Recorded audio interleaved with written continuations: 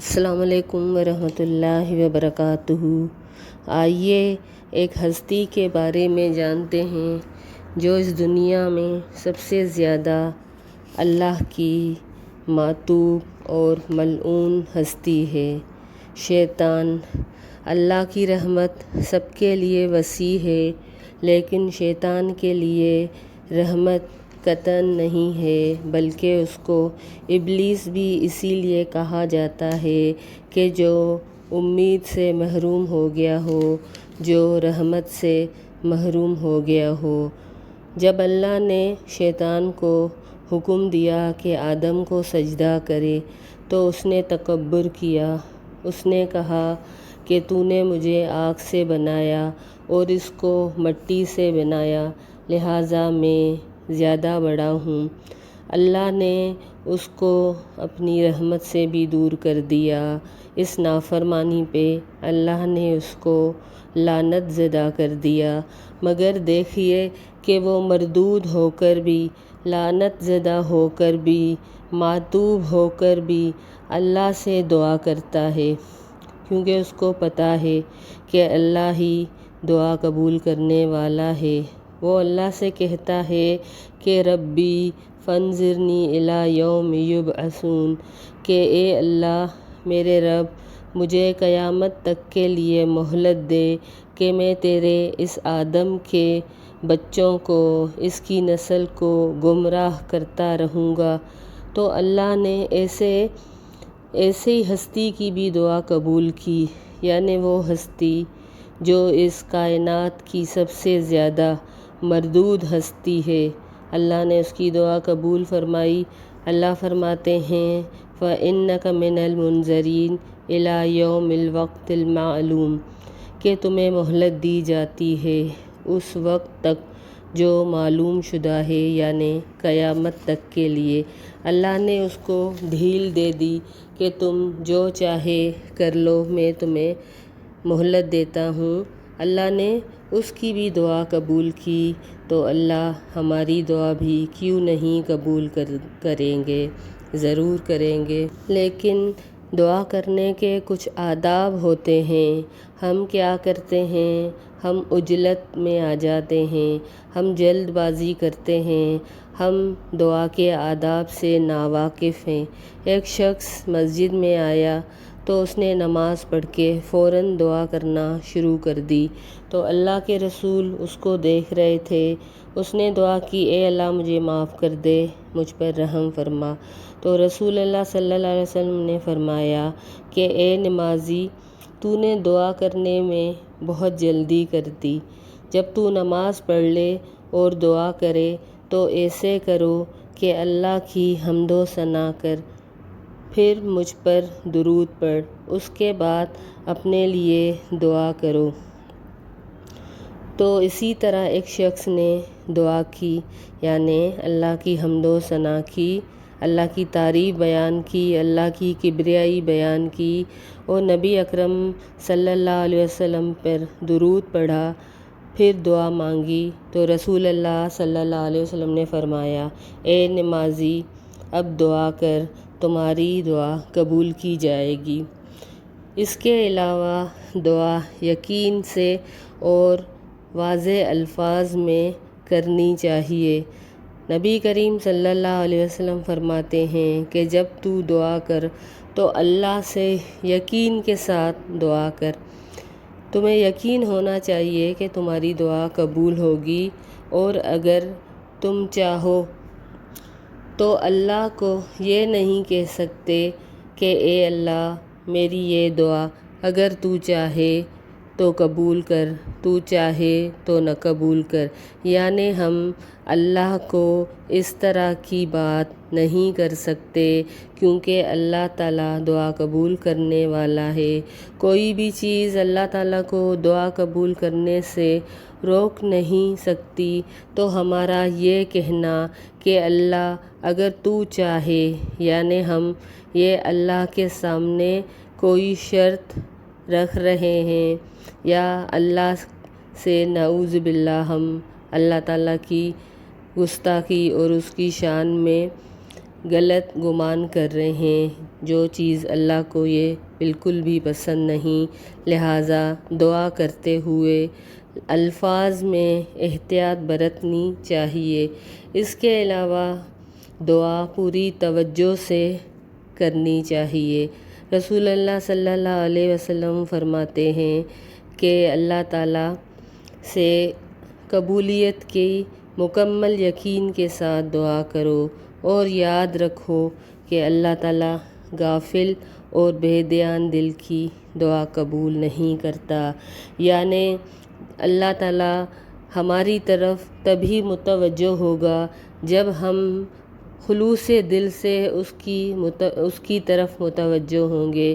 ایسا نہیں ہو کہ ہم کچھ اور کر رہے ہوں کام اور اللہ سے دعا مانگ رہے ہوں، ہم دنیا کی طرف متوجہ ہوں، ہمارا دھیان دنیا کی کسی چیز کی طرف ہو، ہم مصروفیت میں ہوں اور الفاظ ہمارے دعا کے بیان ہو رہے ہیں لیکن ہمارا دل اللہ کی طرف متوجہ نہیں، تو اللہ تو ہمارے گمان کے ساتھ ہے۔ جب ہم اللہ کو یاد کرتے ہیں تب اللہ ہمیں یاد کرتا ہے، جب ہم اللہ کو بھول جاتے ہیں تو اللہ بھی ہمیں بھول جائے گا۔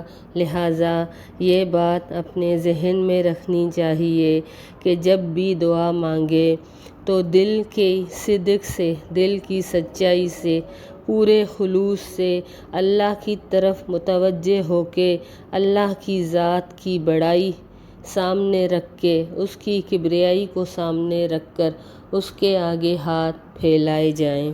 اس کے علاوہ جب ہم دعا کریں تو اپنی غلطیوں کا، اپنے گناہوں کا بھی اعتراف کر لیں، یعنی ہم کہیں کہ اللہ ہم تیرے گناہ گار بندے ہیں، بے شک ہم نے اپنے نفسوں پہ گناہ کیا اور تیرے سوا کوئی بھی معاف کرنے والا نہیں ہے۔ تو اللہ کو یہ بات بہت پسند آتی ہے اور یہی الفاظ حدیث میں بھی آتے ہیں۔ تو اللہ یہ بات سن کے فرماتے ہیں کہ میرا بندہ جانتا ہے کہ میرا ایک رب ہے جو مجھے معاف بھی کرتا ہے اور مجھے سزا بھی دیتا ہے، یعنی اللہ کہتے ہیں قال عبدی عرف ان لہ ربا یغفر و یعاقب، کہ میرے بندے نے جان لیا کہ میرا رب ہے جو معاف کرتا ہے اور سزا بھی دیتا ہے۔ تو اللہ سے اپنے گناہوں کی بھی معافی مانگتے رہنا چاہیے اور کبھی کبھی دعاؤں کے الفاظ ہوتے ہیں وہ 3 مرتبہ بھی دہرانے چاہیے، یعنی جیسے جنت کا سوال کریں تو اللہ سے کہیں کہ اللہم انی اسألک الجنہ 3 بار، اللہم اجرنی من النار 3 بار۔ اللہ کے رسول اسی طرح مانگتے تھے دعا کہ اللہم اجرہ من النار۔ اور جب بھی دعا مانگیں پہلے اپنے لیے مانگیں پھر دوسروں کے لیے، کیونکہ ہم اپنی دعا کے زیادہ مستحق ہیں کہ اپنے گناہ بخشوائیں۔ جب ہمارے گناہ اللہ معاف کر دے گا تو یقیناً دوسرے کے لیے کی گئی دعا بھی ضرور قبول فرمائے گا۔ اس کے علاوہ ہاتھ اٹھا کے دعا مانگنا بھی رسول اللہ سے ثابت ہے اور وہ ہاتھ منہ پہ پھیرنا بھی مسنون ہے، یعنی آپ اس طرح کر سکتے ہیں۔ رسول اللہ صلی اللہ علیہ وسلم اپنے ہاتھ اتنے اوپر اٹھاتے تھے کہ ان کے بازوؤں کے نیچے سفیدی نظر آتی تھی، یعنی آپ چاہیں تو ہاتھوں کو بلند بھی کر سکتے ہیں۔ اس کے علاوہ معمولی چیز بھی صرف اپنے رب سے مانگنی چاہیے یہاں تک کہ رب وہ دے دے۔ صحابہ ہر چھوٹی سے چھوٹی چیز اللہ سے مانگتے تھے، یہاں تک کہ ان کے جوتے کا تسمہ بھی ٹوٹ جاتا تو وہ اللہ سے مانگتے تھے۔ اس کے علاوہ کچھ دعائیں ایسی ہیں یا الفاظ ایسے ہیں جن کے ذریعے سے دعا مانگی جائے، تو اللہ وہ دعا ضرور قبول کرتے ہیں۔ جیسے روایت میں آتا ہے کہ رسول اللہ صلی اللہ علیہ وسلم نے ایک آدمی کو یہ کہتے ہوئے سنا، اللہم انی اسألک بانک انت اللہ لا الہ الا انت الاحد الصمد الذی لم یلد ولم یولد ولم یکن لہ کفوا احد۔ تو رسول اللہ صلی اللہ علیہ وسلم نے فرمایا کہ اس نے اللہ کے اسم اعظم کے ساتھ دعا مانگی ہے تو اس شخص کی دعا ضرور قبول ہوگی، اور اس نے جو مانگا وہ اس کو ضرور دیا جائے گا۔ اس کے علاوہ ایک شخص نے کہا، اللہم انی اسألک بان لک الحمد لا الہ الا انت الحنان المنان بدیع السماوات والارض یا ذا الجلال والاکرام۔ تو اللہ کے رسول نے صلی اللہ علیہ وسلم نے فرمایا، اس شخص نے اللہ کے عظیم نام ذا الجلال اور یا حی یا قیوم کے ساتھ دعا مانگی ہے تو اللہ اس کی دعا ضرور قبول کر لے گا، بلکہ یہ فرمایا کہ اللہ نے اس کی دعا سن لی۔ اس کے علاوہ حضرت یونس نے مچھلی کے پیٹ میں یہ دعا مانگی، لا الہ الا انت سبحانک انی کنت من الظالمین۔ اگر ان الفاظ کے ساتھ دعا مانگی جائے تو اللہ بہت جلد یہ دعا قبول بھی کرتے ہیں، کیونکہ یہ استغفار ہے، اپنے گناہوں کا اعتراف ہے، تو اللہ اس الفاظ کے ذریعے سے بھی دعا کوئی بھی مانگی جائے قبول کرتے ہیں۔ اس کے علاوہ اللہ کے رسول فرماتے ہیں کہ کوئی شخص اگر رات کو جاگ جائے، اس کی آنکھ کھل جائے اور وہ دعا مانگے، لا الہ الا اللہ وحدہ لا شریک لہ لہ الملک ولہ الحمد وہو علی کل شیء قدیر وسبحان اللہ والحمد للہ ولا الہ الا اللہ واللہ اکبر لا حول ولا قوۃ الا باللہ، پھر وہ شخص کہے، قال رب اغفر لی، اے اللہ مجھے معاف کر دے، مجھے معاف کر دے، تو اللہ اس کی یہ دعا قبول فرماتے ہیں اور اس کو معاف کر دیتے ہیں۔ اب آخر میں ان لوگوں کا ذکر کروں گی جن کی دعا اللہ قبول کرتے ہیں۔ اللہ مظلوم کی دعا قبول کرتے ہیں، یہاں تک کہ اگر وہ مظلوم کافر ہی کیوں نہ ہو، اگر وہ کافر ہے، فاجر ہے، گناہ گار ہے، مگر اس کے ساتھ زیادتی کی گئی ہے، چاہے مسلمان کی طرف سے، چاہے اس کے بھائی مشرک اور کافر کی طرف سے، تو اللہ اس کی بد دعا ضرور قبول کرتے ہیں، یا بد دعا نہیں تو وہ دعا جو ظالم کے حق میں کرتا ہے، کیونکہ حدیث ہے رسول اللہ صلی اللہ علیہ وسلم نے فرمایا کہ ظالم مظلوم، اللہ کے رسول نے فرمایا کہ مظلوم اور اللہ کے بیچ میں کوئی بھی حجاب یا رکاوٹ نہیں ہوتی، یعنی اس کی دعا فوراً عرش پہ پہنچ جاتی ہے۔ مسافر کی دعا بھی قبول ہوتی ہے جب تک وہ سفر میں ہو، باپ کی دعا جو بیٹے کے حق میں ہو۔ اس کے علاوہ جہاد پہ جانے والے کی دعا بھی اللہ قبول فرماتے ہیں، چاہے وہ حج پہ گیا ہو یا عمرے پہ گیا ہو، کیونکہ وہ بھی ایک طرح سے جہاد میں ہی ہوتے ہیں، اللہ کے راستے میں ہی ہوتے ہیں، تو جب بھی وہ سفر میں دعا کرتے ہیں اللہ ان کی دعا قبول فرماتا ہے۔ اس کے علاوہ ایک بھائی اپنے دوسرے بھائی کی غیر موجودگی میں اگر اس کے لیے دعا کرے گا تو اللہ اس کی یہ دعا بھی قبول فرماتے ہیں۔ اس کے علاوہ نیک اولاد کی دعا والدین کے حق میں بھی اللہ قبول فرماتے ہیں۔ اس کے علاوہ بہت ہی اہم بات، ہم جب اچھے وقت میں ہوتے ہیں، جب ہمارا اچھا وقت چل رہا ہوتا ہے تو ہم اکثر سب سے پہلے ناشکری میں مبتلا ہو جاتے ہیں۔